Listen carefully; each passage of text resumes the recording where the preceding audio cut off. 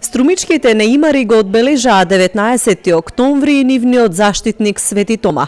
Веќе 25 години поред, архитектите, градежните инженери и работници се собраа во манастирот Свети Богородица Елеуса во Велјуса, каде што стариот кум го предаде кумството. Николов, кој што таа чест ја имал досега, вели дека неимарите се градителите во општеството и едни од најзаслужните за ликот на се она што не обкружува. Овој ден го славиме веќе 25 години, значи оваа година ни е јубилејна средба. Секоја година на 19 октомври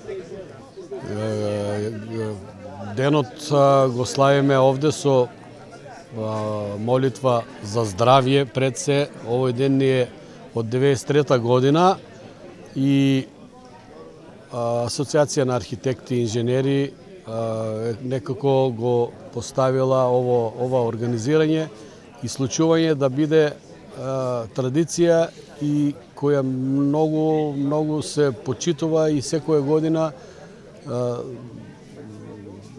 без прекин овие години се случува овде молитвата, луѓето се собираат, средба убава за здравје, за берикет, за некоја надеж дека сепак еднаш годишно е убаво сите заедно колегите да се собереме, сите градители неимари, затоа што и ние сме еден свет што секако допринесува за убавината на нашата околина.